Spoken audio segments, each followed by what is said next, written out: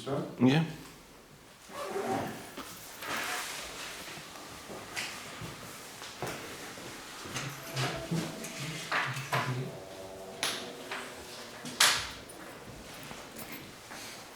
Okay, so the review is very brief today.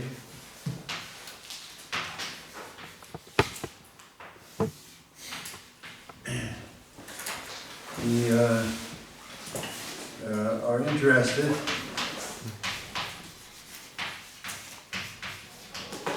in compact Riemann surfaces. We don't know many, or any really.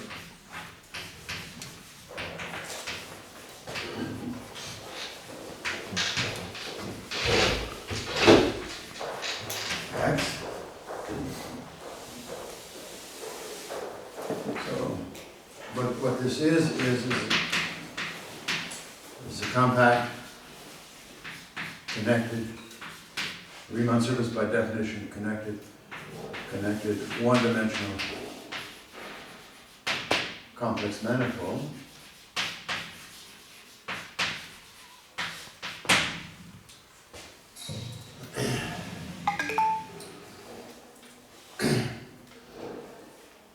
And a first remark is, an obvious remark is that X has the underlying structure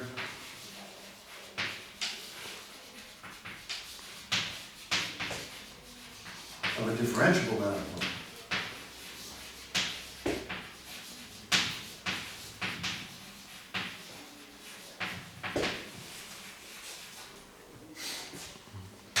I mean, just forget that the coordinates are holomorphic, they're just differentiable. Just forget it. It's called the forgetful map. Yeah. Differentiable map. A very classical remark.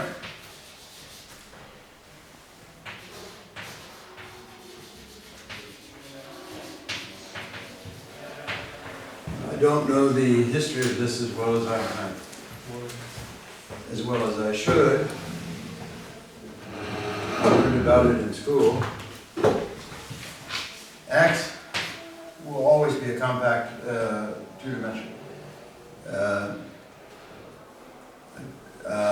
Two-dimensional over the real numbers, so a real two-dimensional topological manifold.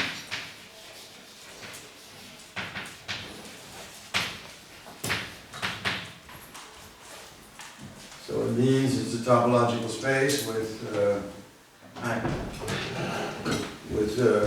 coordinates. And the coordinates. So let me just emphasize what's going on here. The change of coordinates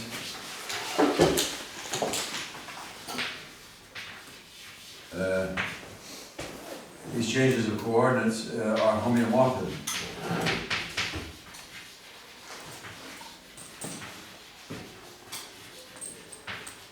That's what we mean by topological manifold, just almost no structure at all, just locally Euclidean.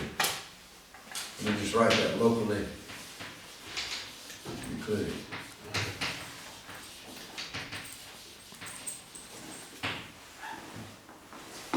So it's almost no structure at all, and if you consider such things classically, maybe even before Riemann, it means that X is homeomorphic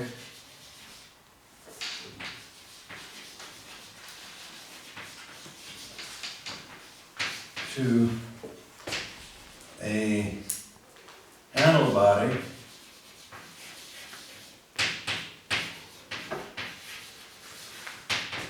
with G handles. I haven't said what that is, but I'll tell you what that is. Handle body with G handles. So, if you have a sphere, this is a sphere, and you put two holes in it, and you hook a cylinder to these holes.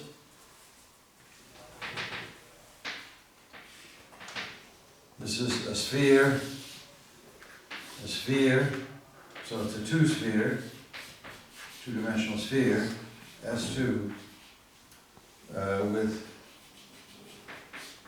one handle. This is stupid construction. You believe it, you just take a cylinder and you glue it in with two holes.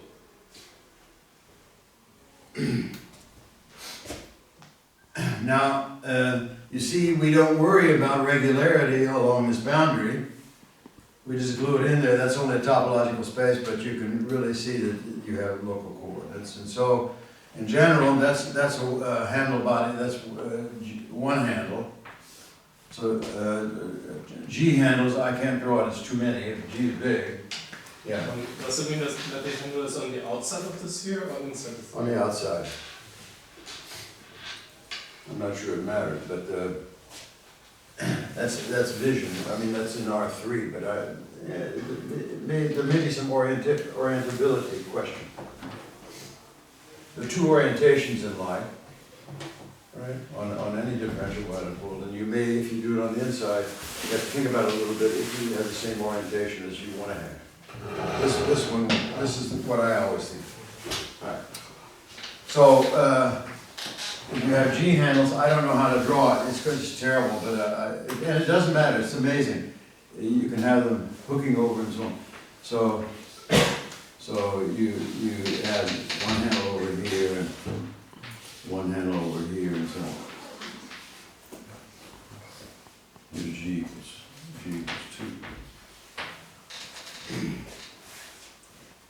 2. Now I learned about this in school,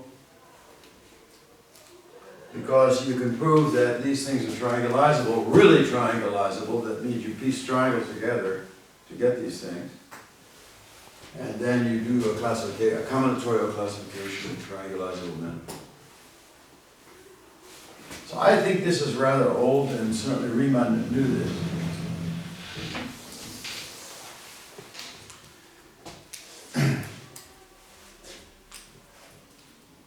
By the way, a comment about the German State University system in the old days, or maybe even still, you had to write what is called a Diplomarbeit, and now maybe here you write a bachelor thesis, a little bit more than a bachelor thesis at a German State University.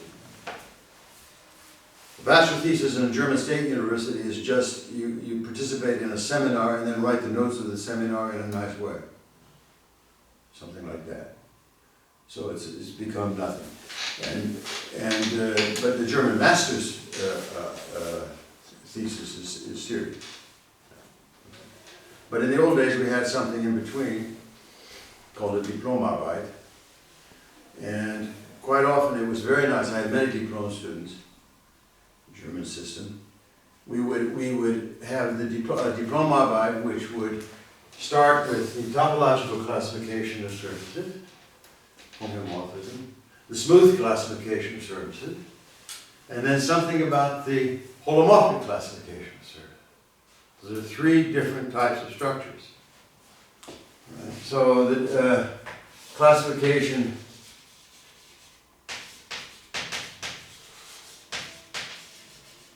of smooth, C infinity, or it doesn't matter how smooth, but I'll just write it, C infinity surfaces. By this I mean two-dimensional differentiable manifolds which are connected.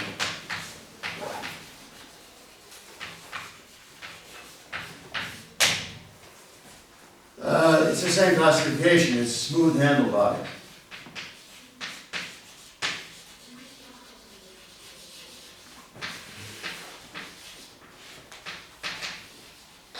So the only invariant, the only smooth invariant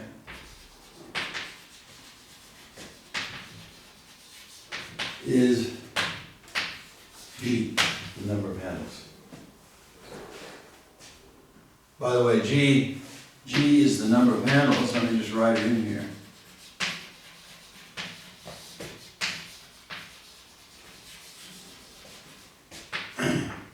And this is called the genus.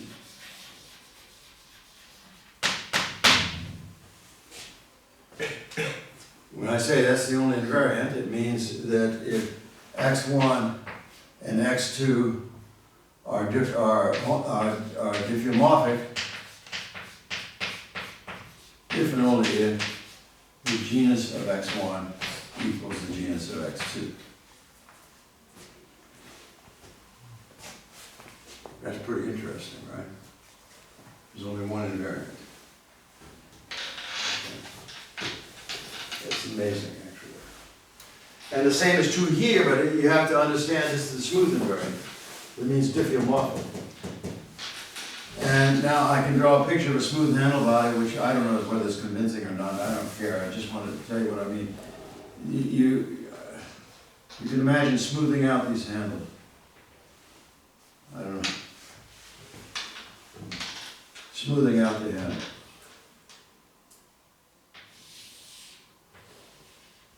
You see, you smooth it out. You hook it on, but you smooth it out. That was topology. That's a differential manifold. Okay. And this is the amazing theorem, and that's also classical, but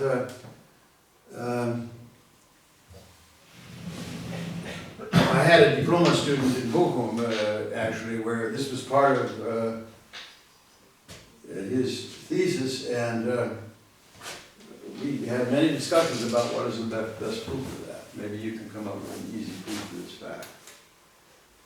So anyway, there are only that, and so we can see is so that you can make a list. The two-sphere, no handle. A two-dimensional torus,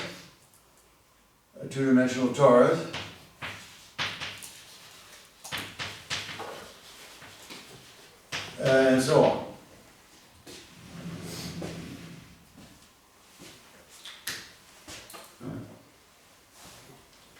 For example, G equals 4. We quite often draw a picture like this with all these little handles in it.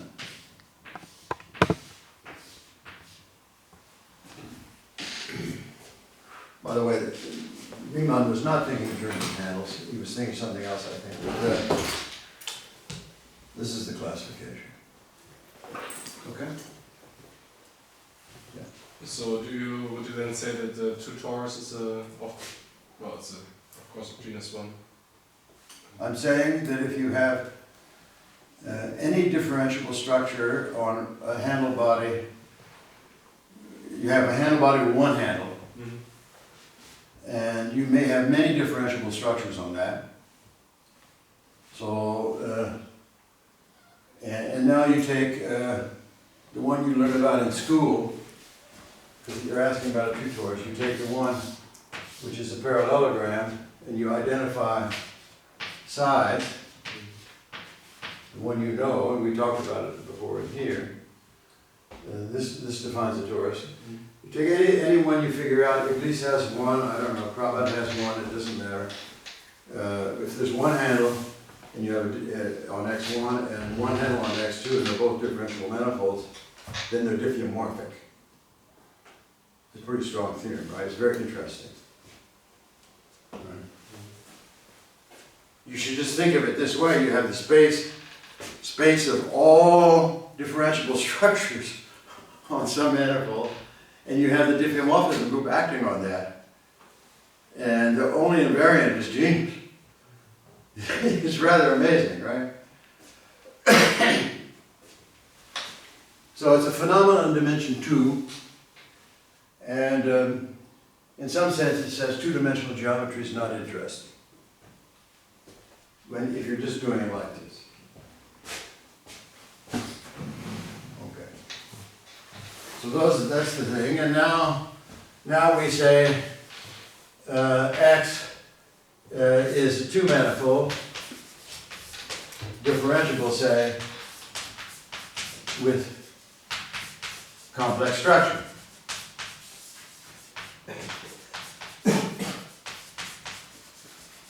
So it's a Riemann surface.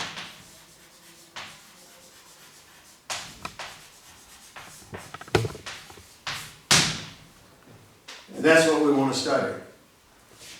And if the same result is true, that there's no invariant except for genus, it's not an interesting subject. But I will explain to you today that there are many more invariants. Okay? So this is a far richer subject.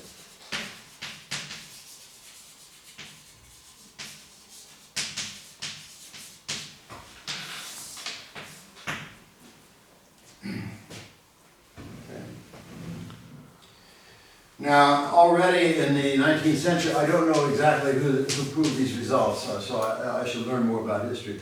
But for sure, in the 19th century, maybe Riemann, if the genus of X is 0, so no handles, okay? Then you say, oh my gosh, X is biholomorphic, so that's the right thing to say. You know, when we're doing complex geometry, it's biholomorphic, even algebraic in every sense of the word, to P1C. P1C is P of C2. I introduced this last time, so there's only one, no matter, I'm going to review that, we're still reviewing. But you should look at this statement with overview. There's only one Riemann surface of genus 0.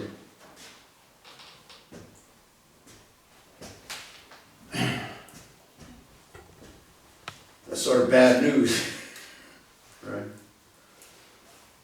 And this is bad news, and I'm going to talk about more about P1 and P2 and so on. But the good news is this.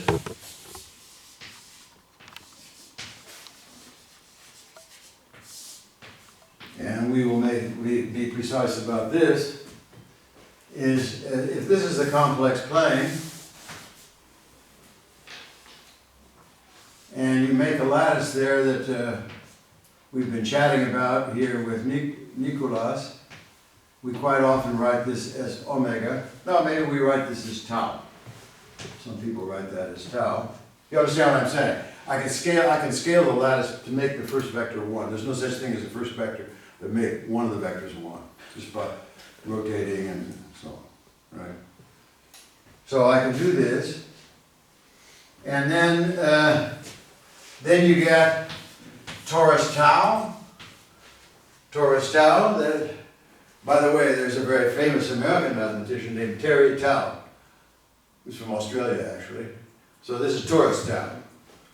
So if you have tau like this, you obviously have the parallelogram, you have the quotient and so on, right? You get a Riemann surface. And then torus tau is the torus associated torus.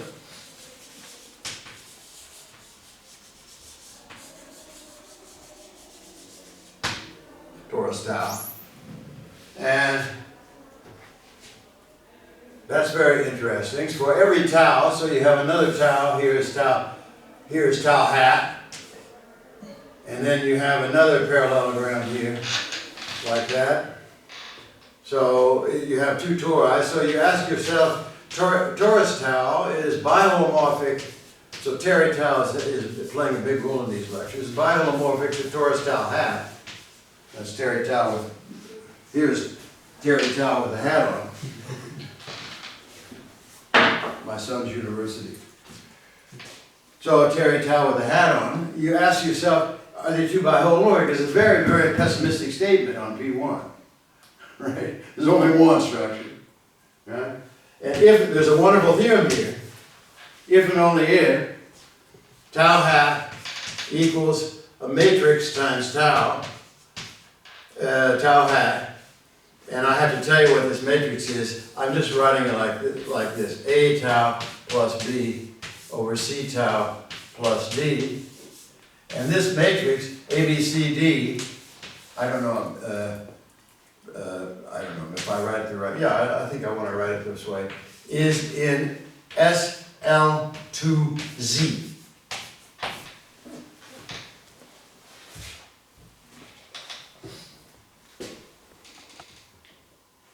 You get what I'm saying? These are whole numbers. SL2Z means determinant 1, SL means determinant 1, and Z means that these numbers are integers, right? So you have to look at determinant 1 matrices and see what happens here. But you're looking at it. I see Nicholas looking over here. He's looking pessimistic. Well, I haven't proved this at all. But believe me, it's true. At least we're going somewhere historically. And tau is then the vector, or how? Yeah. So tau. So yeah, where is tau? See, I can always put it by minus or something. I can put it in the upper half plane just by minus, and I can scale the first vector to 1. So tau is in the upper half plane. Okay. See, this is upper half plane.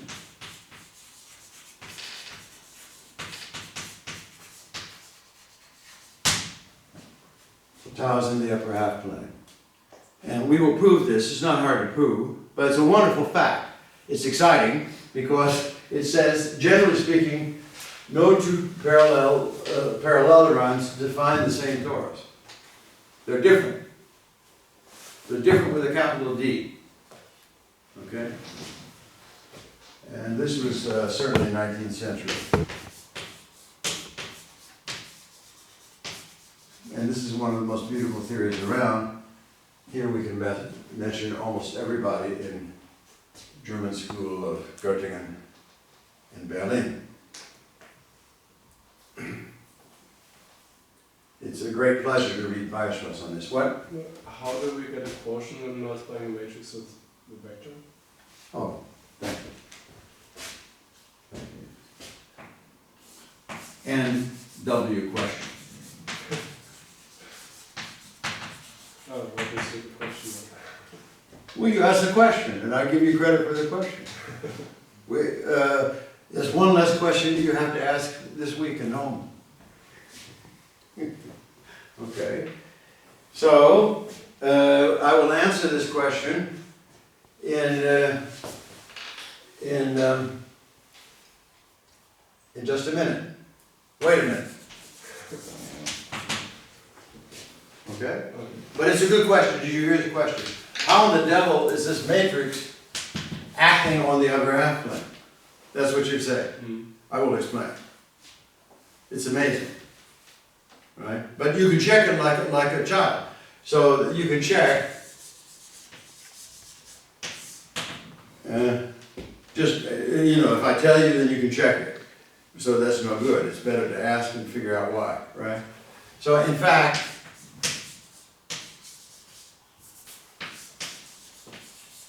SL2R acts on the upper half plane. In the same way on the upper half plane. In the same way.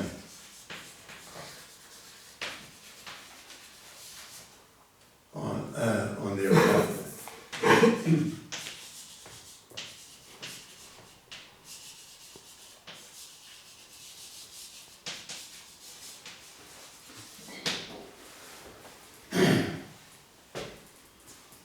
By the way, a hint, just a hint, or maybe a proof, okay? This thing you can check gives you something that's well defined. A priori, you could have a pole here, right? You could have C tau plus D equals 0, but you check you don't, okay? Secondly, all of these numbers are real, so you can check. What happened here is the upper half plane is mapped into itself because the boundary is mapped into the boundary. That's the real axis. All the numbers are real. So if the boundary is mapped into the real axis, the boundary is stabilized. Now you have to check that nothing in the lower half plane goes to the upper half plane. Well, you can check all these things without computing. But there are much better reasons than that. Okay, so.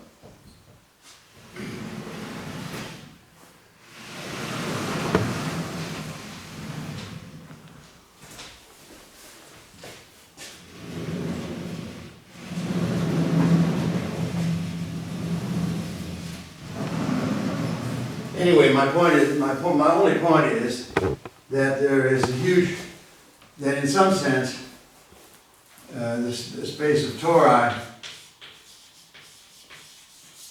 of complex tori, we'll make this precise, I hope, if we have time.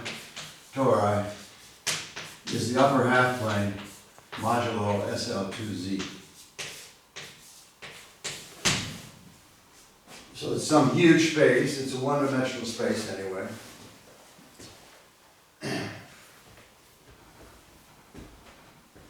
And you can hear the words in mathematics. This is called a moduli space. This is a word I think that Riemann used.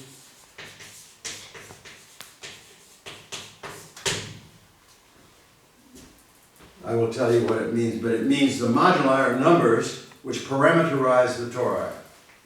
In some sense you think of the equivalence classes of the numbers. I'll talk about that later.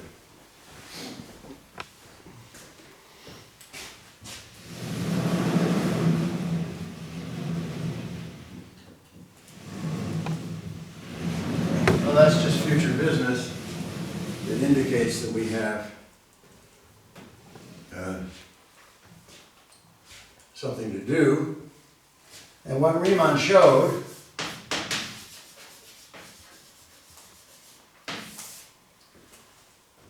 and he didn't prove this, I don't think he proved this, but the parameter space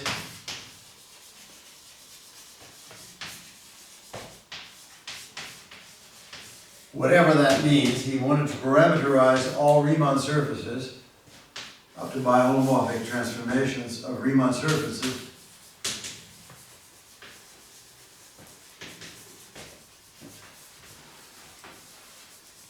Of genus G.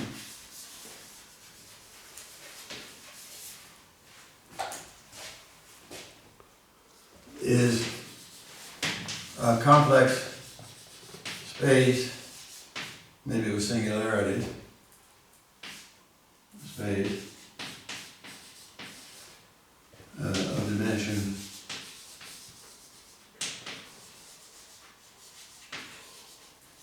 3G minus 3, provided G is bigger than or 1.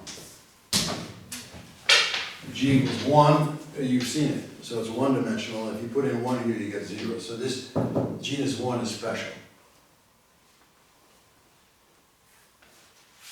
It's amazing. Riemann saw this theorem, and I think maybe he almost proved it. So the moral of the story, there are many Riemann surfaces. And Riemann also proved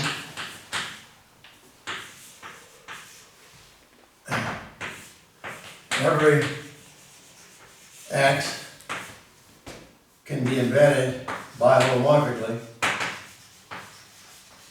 in P3C. This is P of C3. I'm going to talk about these things now. And you really need, and one really needs 3.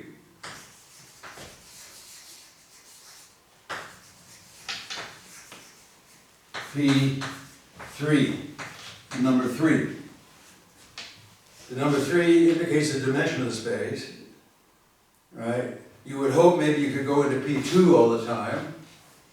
And so this is completely analogous to Rembrandt's theorem. Rembrandt's theorem may be better. Maybe we can prove Rembrandt's theorem in dimension 2, that every non-compact thing goes into C2.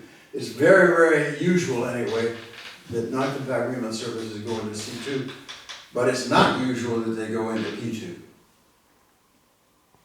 You're going to see this in a minute. Okay? One really needs 3 dimensions. And let me just comment that the 3 in Riemann's theorem is the same as the 3 in Rembrandt's theorem. Yeah? Why? Why 3? Okay. The reason is this. If you put x in some big projective space by general theory.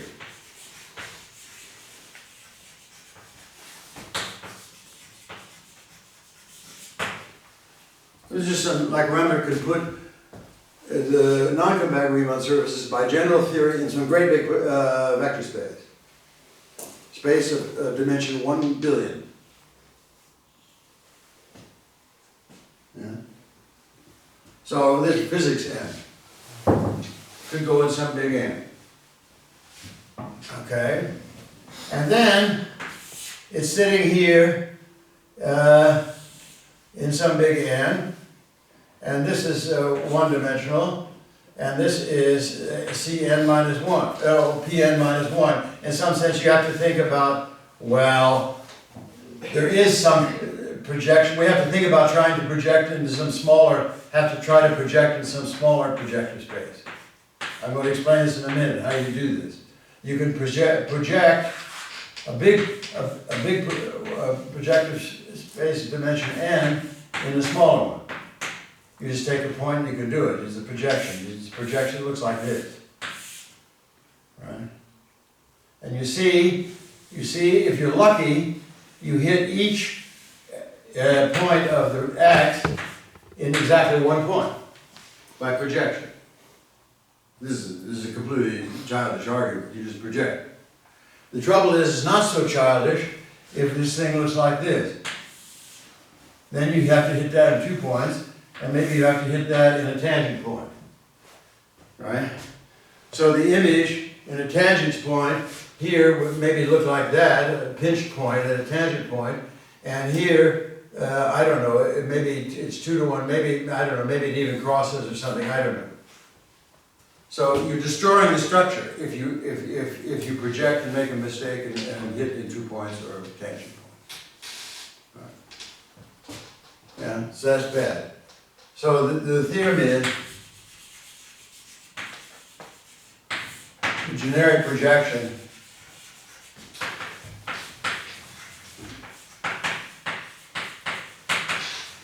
restricts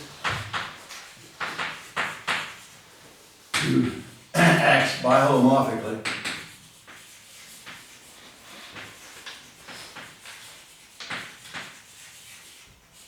if n is bigger than 3.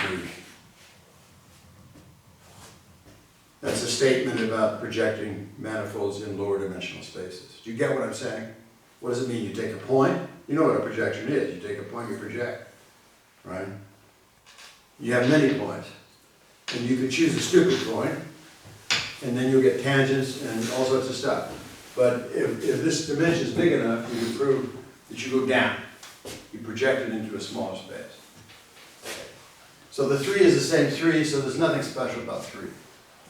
So by the way, 3 is equal to 2 times the dimension of x plus 1.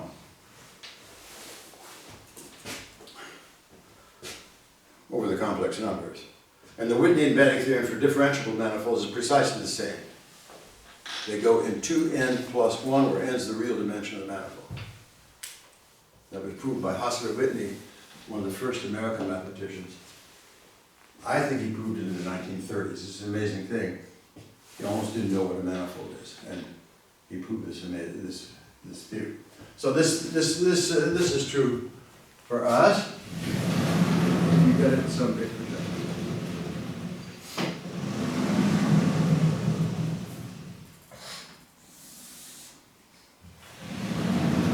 So let us now review what all these projector spaces are. So last time I really hit you for the big definitions. So review of P and C, which by definition is P of the vector space V, where V is this vector space Cn plus 1.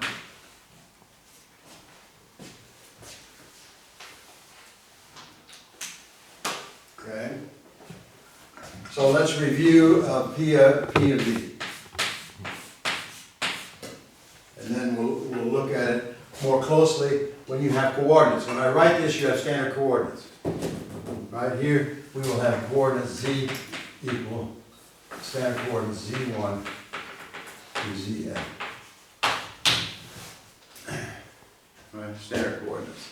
I warn you, warning, for the literature, z equals z0 through zn is often used. And the reason one uses that often is clear, because you're going to cut down on the dimension when you're by 1 here, and okay, but I don't know, I don't care, I use both. It's okay. So what is this space?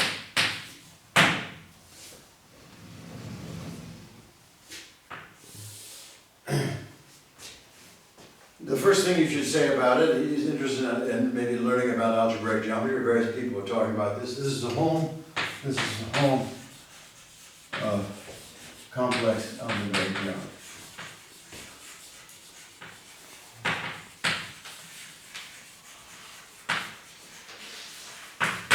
So, if your mother asks you what is the projective space, you tell her it's the home of complex algebraic geometry, and she's convinced.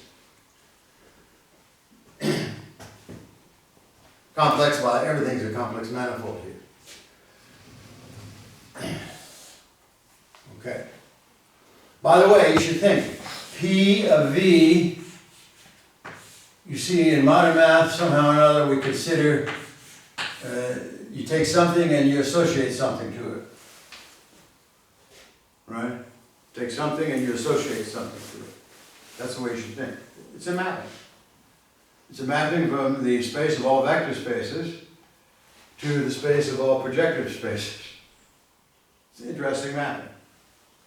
By the way, then you should ask, in Huckleberry's lectures, he's always telling us to think about the functions.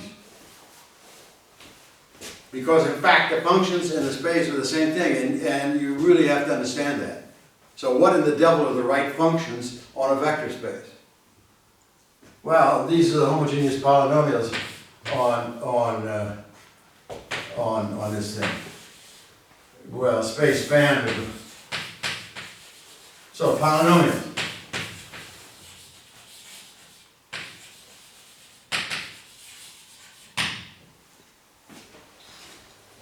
Right? I mean, if your mother asks you, who doesn't do mathematics, my mother was a math teacher, so that's one of the reasons.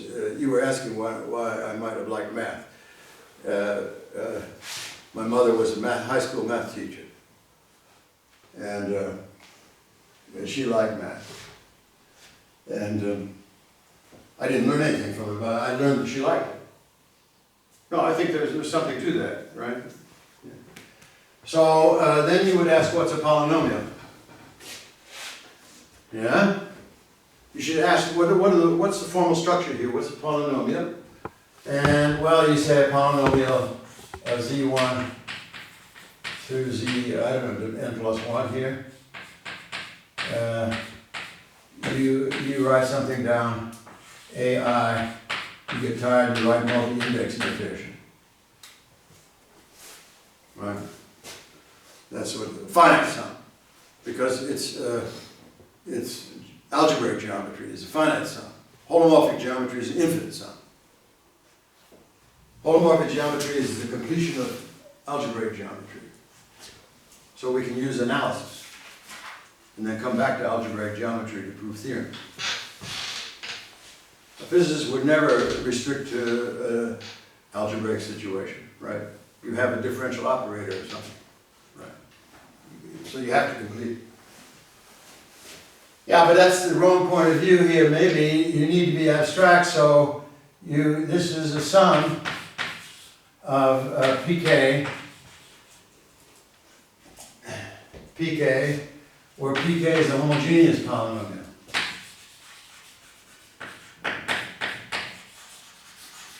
In some sense, the homogeneous polynomials, this is a graded space, right? It's a direct sum. He's thinking about what the word grade means as opposed to the word filtered means. It's a graded space. This is a direct sum of homogeneous polynomials, right? So this is a direct sum of homogeneous polynomials of degree k.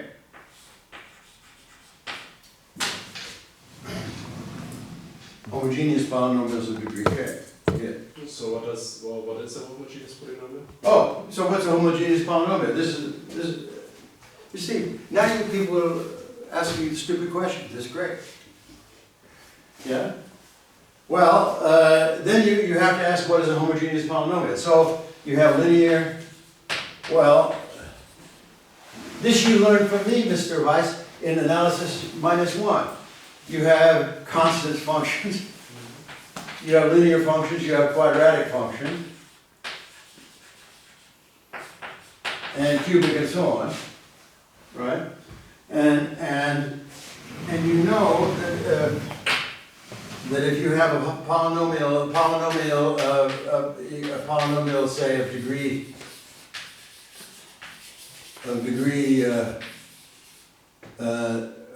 3, then this is going to be a constant term plus, let's say, in 2 variables.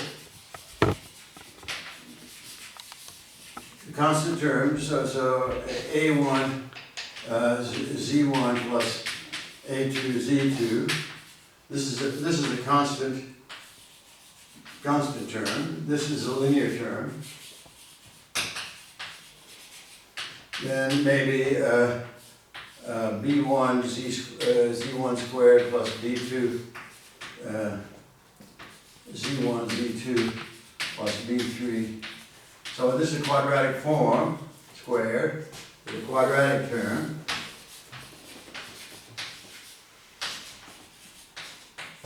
And then you have cubic stuff, so ABC, so c1 z1 cubed plus and so on. Cubic 2 term.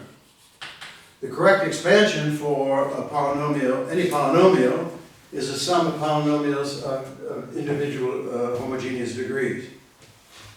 Okay? Now that answers this question in the sense of analysis -17. But then you ask the question, what is a so P is a homogeneous polynomial of degree D.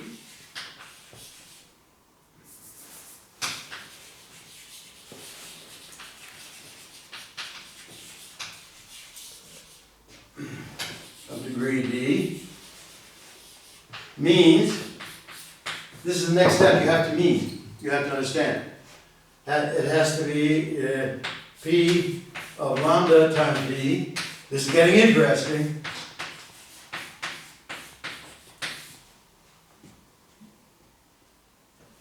Right? I mean, isn't that true? You stick a lambda in there, they all have the same degree, it comes out in front.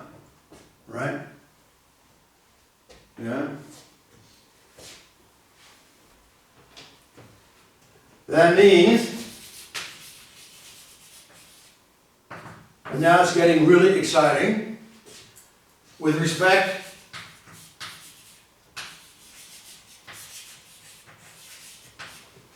to the C star action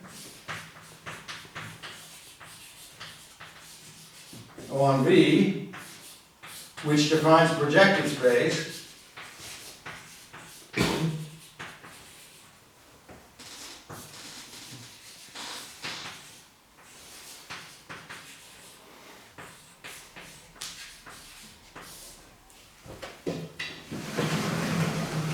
I'm still reviewing, but I'll review the whole time. So, which defines projective space, P, say, of something, the action, I don't know, call it G of V, equals character, and let me, D of G times P of V. It means that the action G star of P equals the character of G times P. It means for every G, the polynomial is an eigenvector. Alright? Character, you understand what a character is? A character D from C star to C star is Z goes to Z to the D. Oh, I'll put lambda here. Lambda goes to lambda to D.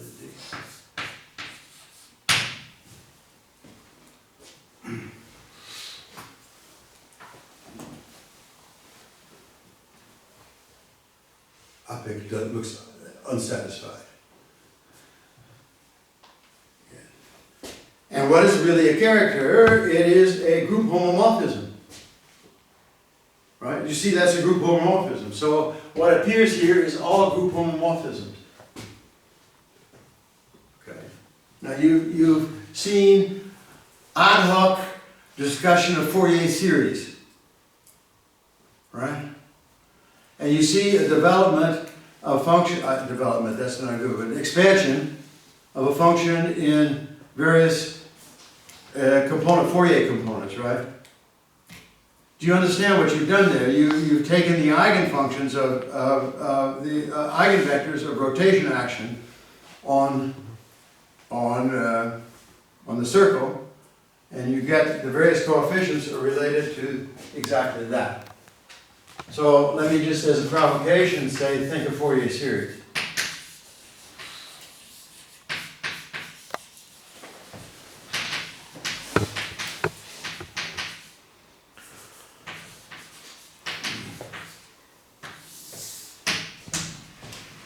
So anyway, this says, and this answers Nicholas's question. Maybe you won't like the answer now, but I'm going to write it in algebra. And at certain points, you should write everything in algebra if you can. It is the direct sum over degrees of the homogeneous polynomials, this degree d, which is the direct sum over degree d of the d-symmetric power of the dual space.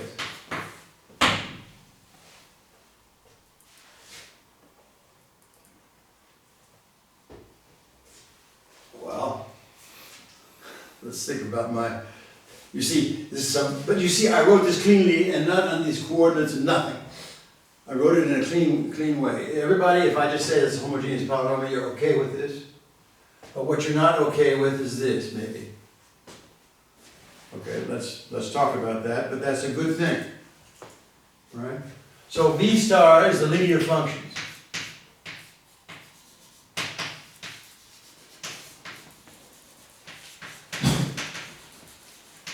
On V. So that was the first term that we get up there, the linear functions. Okay?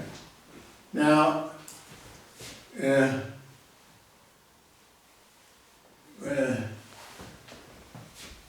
well, you just check that this is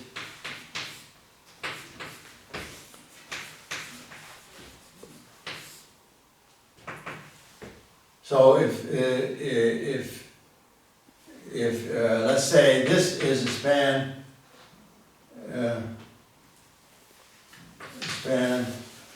of two linear functions, f1, f2, and span of f1, f2.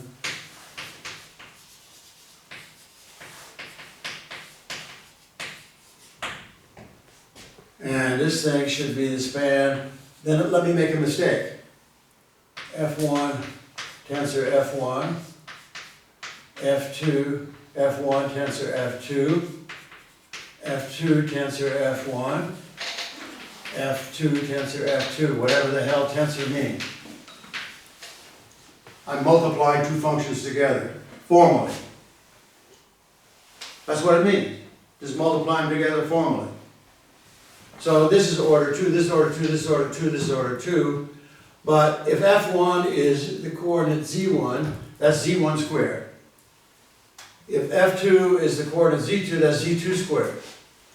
If F1 is Z1 and F2 is Z2, that's Z1 times Z2, and this is Z2 times Z1. That's no good. right? So you have to make it symmetric. So that's what is called the symmetric tensor product of this vector space, right? So what you do here is you make it symmetric and you write 1/2 F1 tensor F2, I think the 1/2 is correct, F2 tensor F1. Right? Tensor, you just multiply the guys together, but F2, F1 is the same thing as F1, F2 because you're talking about functions. Right? Tensor is an abstract thing, but if F1 and F2 are functions, the product doesn't care which way you do it. So you force it to be symmetric, which it should be, right? And then you symmetrize the thing in here, and you have the so-called symmetric tensor product of degree D of the dual space. That is the correct definition of a homogeneous polynomial of degree D. Just write down all the tensors, and then make them symmetric in the obvious way. Tensor being all possible multiples. Okay? So this is these are the functions, and that's what I was talking about. I can't remember where the blackboard is. Ah, V goes to P of V, right? And this goes, the polynomials goes to this. Really, it's pretty interesting. This symmetric product, sim over K, sim K, V star.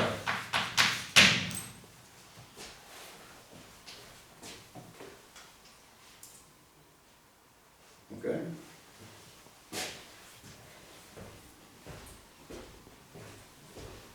Well, that was just still reviewing, but I think it's good to review.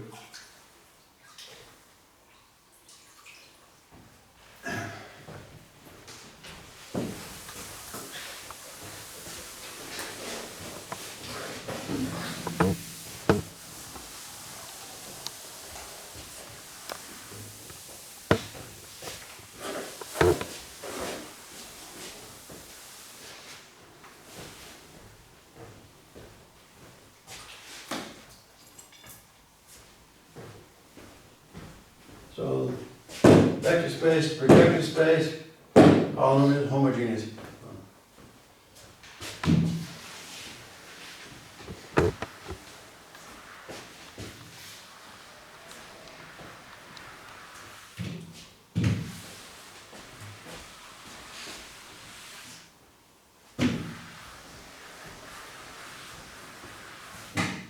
Okay, so let's be a little bit more concrete now.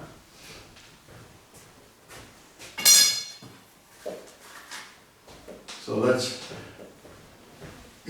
so back to reality.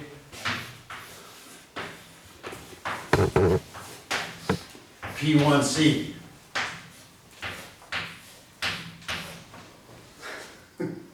P1C. This is P of C2.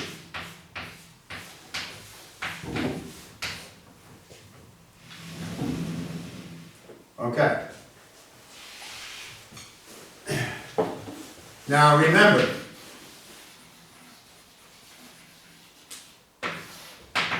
if you have a projective space, then we have what I call the principal bundle over that projective space. Yes? This is the space of all one-dimensional subspaces and a basis, and this is the space of all one-dimensional subspaces.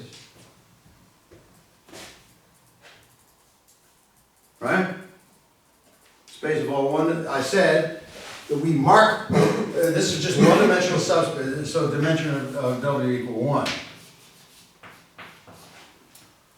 So I said if we go up here where we have a basis and we can compute, here it looks a little bit abstract, but up here in this space we can compute. So all of a space of one-dimensional basis, so what is that? We have V minus 0. And you have in this a subspace W, and then I have to take out 0. And I look at it like this, and so I take out 0. Here's W, it's a one-dimensional subspace. And anything in there is a basis. So this basis is the basis, so I write it as one thing. It's a basis element here. And then you might have one basis and you have another basis. All sorts of bases here. Right?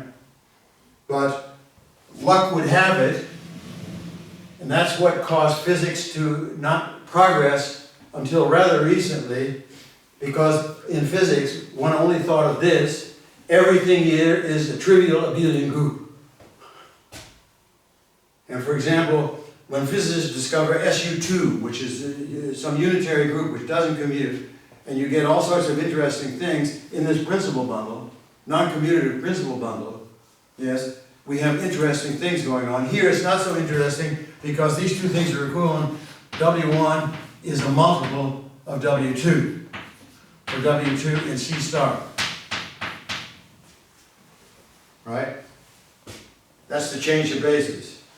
And the big hint here is you should always write a C star as GL1C.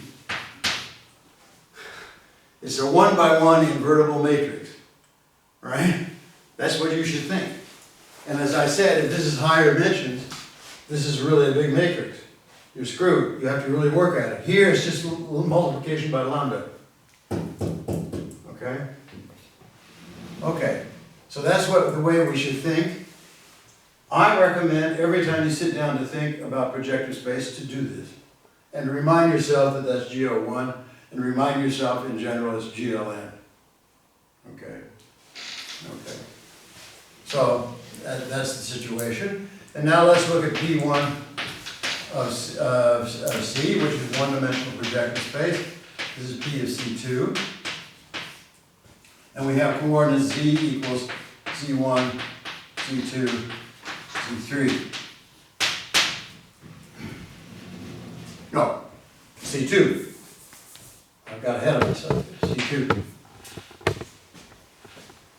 Two coordinates, right? And then go to my pictures. Is you have an axis. Here you have the Z1 axis, and here you have Z2 axis. Z2 axis. This is the place where Z2 equals okay, yeah, Z1 axis and Z2. Okay, so this is where Z2 equals 0. And as long as you take any W outside that, you have the advantage of it hits a translate of this Z1 axis in one point. You got it? If you have a line out here, you're looking for a canonical basis. There's no such thing as a canonical basis. But you say if you fix the Z1 axis, you can translate it and get this intersection point here, W. This might be Z1 equal 1. Okay, and it intersects here with some point like this. So what we do here is we go to this point, 1 Z2 over Z1.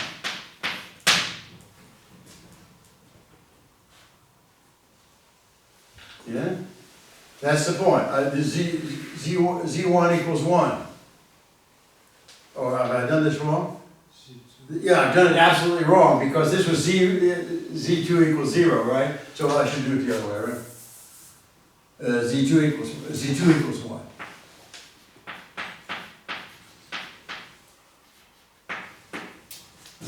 This is Z2, pardon me, Z2 equals 1. This is Z2 equals 0. This is Z2 equals 1. It intersects at one point, and that's the point. Okay? And this is the point maybe we call zeta. This is the point we call zeta. And this is a coordinate on U. So let's see, I think I'm calling that in the notes, I called it U2, where Z2 is not equal to 0. On U2, yeah. Z2 not equal to 0. And if I'm going to, I had to remove exactly one line to do that, and so that's an open set. Okay, and then we have another, if I write up here, Z1, Z2, and I go to the other way around, Z2 over Z1. So if I go the other way around here, that means here is where Z1 is equal, and then we get this thing here, and here is another point here. Do you get it? These are two different points. The coordinate that you get by here, and the coordinate you get here are two different points. So this is the zeta coordinate. This is then the eta coordinate.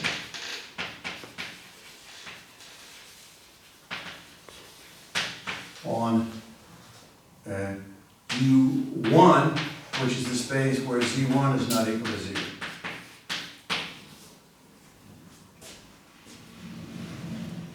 Okay, so I just had a systematic way of picking out bases of the vector spaces. So the summary is this.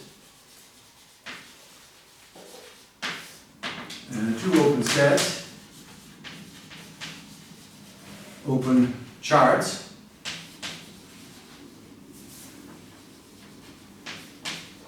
I'm going to say U1 was the chart where Z1 is not equal to 0, and that's the coordinate is zeta. A chart, well, just a chart is an open set and a coordinate. And U2 and eta.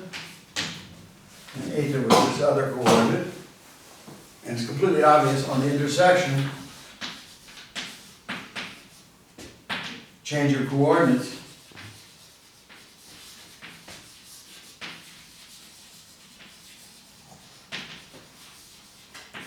Is eta equals 1 over zeta. Right? So if you're allowed to, if you're taking something that's in neither line, this would have the coordinate zeta, and this would have the coordinate eta, and it would say that eta is 1 over zeta. That's the change of coordinates. It couldn't be easier. So it's a very simple thing, and you cover it with these very simple charts, and the coordinate change is very simple.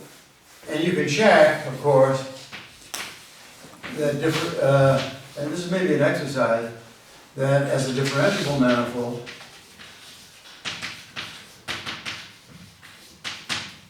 P1, C2 is the two-sphere. It is obvious that it's homeomorphic to the two-sphere because there's only, you have this big chart which is isomorphic to the complex plane, and you're just adding one more point. So the picture that a lot of people draw is here maybe 0 and here maybe infinity, and here is the U1, not including, this is U1, not including infinity.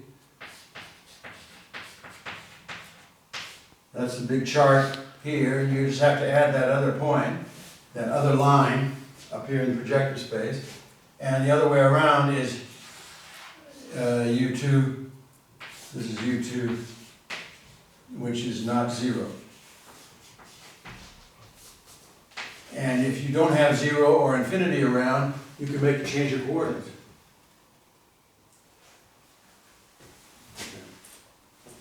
That's P1. See, it's the two-sphere is a real manifold, and you can visualize it, and you can actually prove it.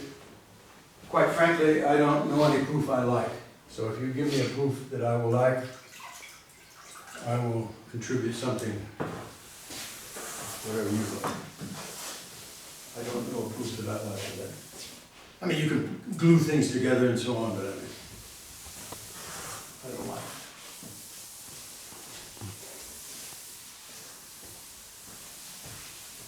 I know many proofs I like, but I need to implement some serious mathematics.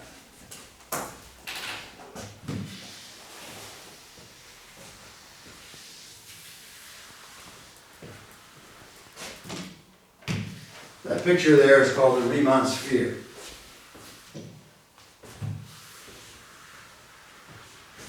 Okay, here we go. P2. Okay? P2. P2C. By the way, many authors do not write the number down here. Many authors write the number up there. I do not like the number up there because of taking product. It doesn't matter. I like the number here down. There's a reason I like the number down there. That's the dimension. Anyway, what this is P of C3 with standard coordinates. Okay, here we go. Try to draw a picture at least. It's a terrible thing, by the way. In German pictures, this is the x-axis, this is the y-axis, this is the z-axis. In USA pictures, it's not the same. I don't know. I can't remember now, but it's not the same. So I get this is the z1 axis, this is z2 axis, and this is z3 axis. Okay. And now maybe we have some drama here. We take a line that's not in the z1, z2 plane. So a line like this is not in the z1, this is W, and W, well, I don't know, W is an element of U1, let's say. There are a lot of open sets here where Z1 is not equal to 0. Z2 is also probably not equal to 0, I don't know, is not equal to 0. Okay, W is there. And then, I hope I can get this right. Let's make a translate. Let's make a translate to the affine plane. Z here is Z1 equals 1. And here is the affine plane here that cuts it here, right? It cuts it in one point. It's a bad picture, I'm sorry. But if you have a line where Z1 is not equal to 0, then certainly it cuts it. So the coordinate then is, well, you had your upstairs, Z1, Z2, Z3, but what we can do is we can go downstairs and we can take the basis upstairs, the basis point, where Z1 equals 1, that's this point here where it intersects that plane, that's the basis. That's Z2 over Z1, Z3 over Z1. Right? If you like, just set Z1 equal to 1. Yeah? If we say that W is in U1 where Z1 is not equal to 0, how can it intersect in one point with this other plane Z1 equals 1? I have to start from the beginning with your question. If you have a one-dimensional subspace. Yeah, and it does not intersect with Z1 equals 0. Right. How can it then intersect in one point with Z1 equals 1? Here's the point. But doesn't it then also mean that it will intersect with Z1 equals 0? No.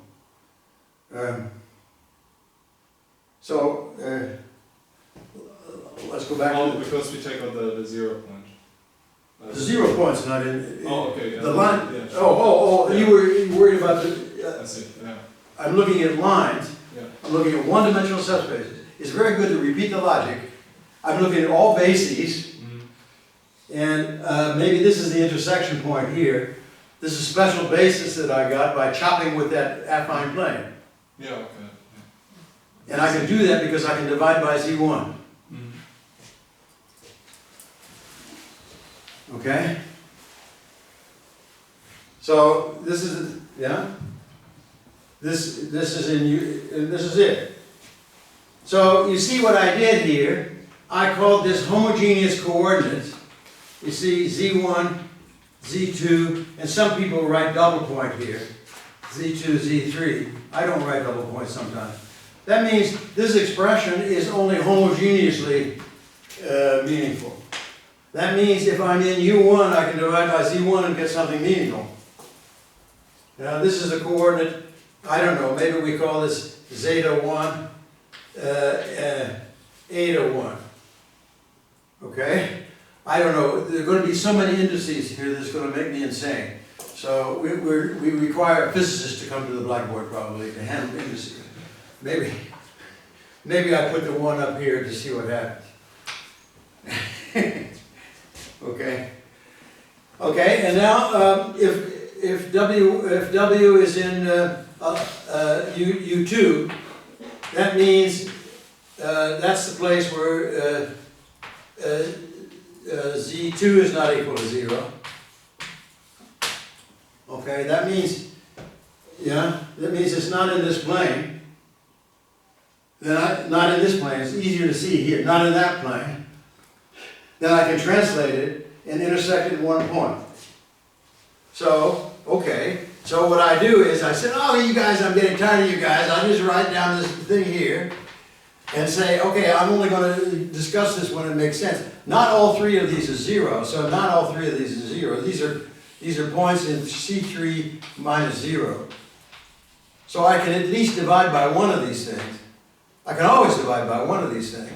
And if I'm in U2, I can divide by Z2, so I get Z1 divided by Z2 and Z3 divided by C2.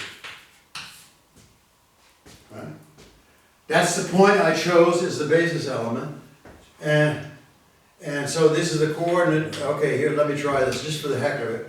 I'll try this as zeta 2, eta 2. Do you have a 1 at the second coordinate? Say it again, please. Like in the first example, do you have a 1 at the second coordinate? Yes, indeed. But I dropped it. So, I dropped it. You're absolutely right. This is the point. Thank you, Iglesias. If I look at it this way, this is the point in C3. This is the intersection point in C3. And this is the coordinate in P2. Right? I just dropped the 1. Okay? And now if W is in U3, let's see what happens here.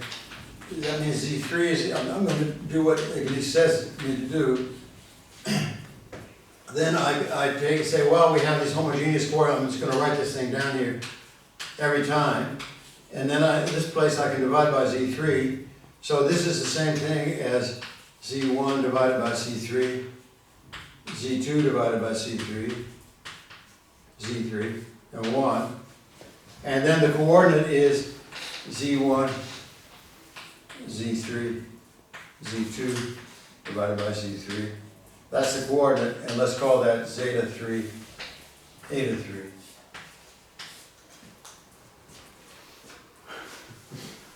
So I have 3 coordinate charts.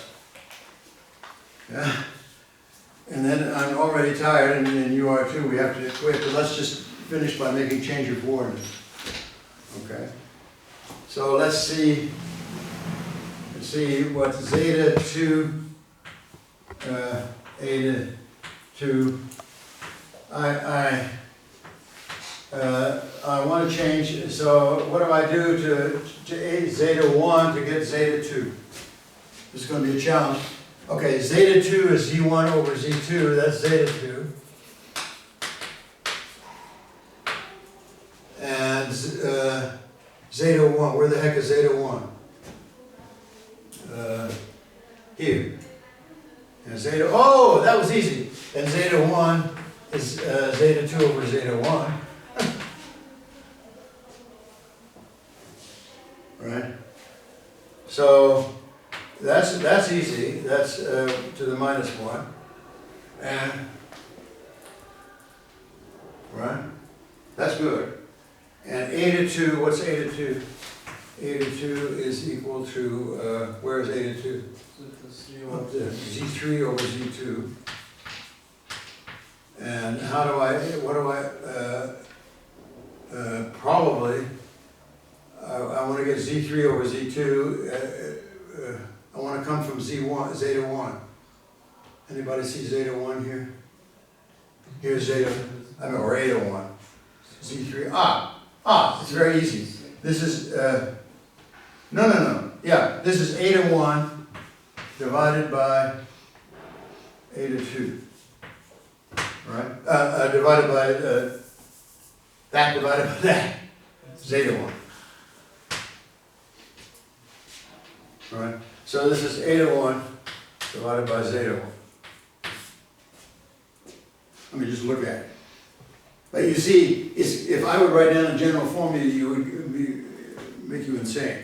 But it's completely obvious it's going to be something like this, right? So it's going to be fractional things like this. This is a general formula that can be written.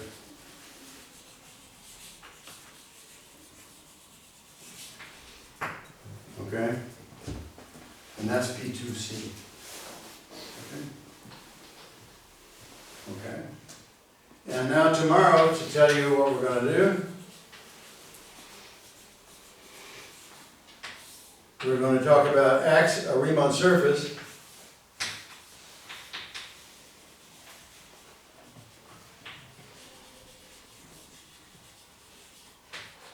in P2. See? This is very interesting. To realize Riemann surfaces in P2C, and X will be the zero set of a homogeneous polynomial of degree D, because you see, if it's a homogeneous polynomial, it doesn't care about this multiplication. Remember that P2 C star, P2 of C is C2 minus 0 divided out by this C star action, just dividing it out. So homogeneous polynomials don't care. So for example, let's look at this wonderful homogeneous polynomial. Z1 to the D plus Z2 to the D plus Z3 to the D equals 0. It doesn't care if you multiply Z1, Z2, and Z3 by a number. You still get 0, right? So homogeneity is a key factor. This is a homogeneous polynomial of degree D. It's called a Fermat polynomial for obvious reasons. Right? And what I will show you first thing tomorrow is, if you look at, call this XD, you look at the genus of XD, you will love this, is D minus 1 times D minus 2 over 2. That means that the geometry is computable from the algebra. Isn't that incredibly beautiful? The geometry, here's the algebra. You look at this, any homogeneous polynomial of degree D, any PD, not just Fermat PD, any PD, that's smooth. That's very interesting, isn't it? Let's see what can happen if D equals 1. That means it's linear. Well, that's not surprising. Let's see what happens if D equals 2. That means it's not linear, but it's still equal to genus 0. That means a conic, the degree 2, is still equal to P1.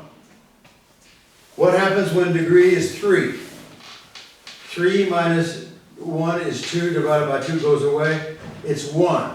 The genus is 1. So it says that tori are curves of genus 3. Right? Look at this. Watch this. 0, D equals 0. No, D equals 1 and 2, you got P1. Degree 3, you get a torus. And now what about degree 4? You see, this goes from hot and interesting mathematics to my grandson can compute. This is a wonderful thing. Let's see, 4 minus things is 3. 4 minus booms is 2. Aha! This means the genus is equal to 3. Right? Well, torus is G equals 1. Now if you ask my grandson to look at that, he'll say something's missing. Genus 2. Theorem. Genus 2 Riemann surfaces do not go into P2. Isn't that amazing? Genus 2 Riemann surfaces do not go into P2. You may think you can embed this thing. Genus 2 here is wonderful. Here, genus 2. It is not embeddable. It is not embeddable in P2. And you can see what happens in this quadratic formula. I mean, it's pretty stupid. My grandson will not be able to say, well, that's just order 2 in P, because he doesn't know yet what that means, really. Yeah. But he will simply tell you, if you start putting in numbers here, the gaps expand, right? The gaps expand. So you see that you're not able to get everything in P2. You are able to get everything in P3. I'll prove that. But you certainly get a lot of interesting curves in P2. So algebraic geometry over the complex numbers starts with curves in P2, and the first theorem in algebraic geometry over the complex numbers is the genus formula. And the genus formula is right here. This is an incredibly beautiful formula. You can compute something geometric from something purely algebraic. It's amazing. Right? I give you a curve of genus 17. And the curve of genus 17. This is 16 over 2 is 8. 8 times 15 degree 17 gives you 8 times 15 equals 120. The curve of genus degree 17 has 120 handles. Yeah. Isn't that beautiful? I love that. I will give the proof first thing tomorrow. So have a nice evening.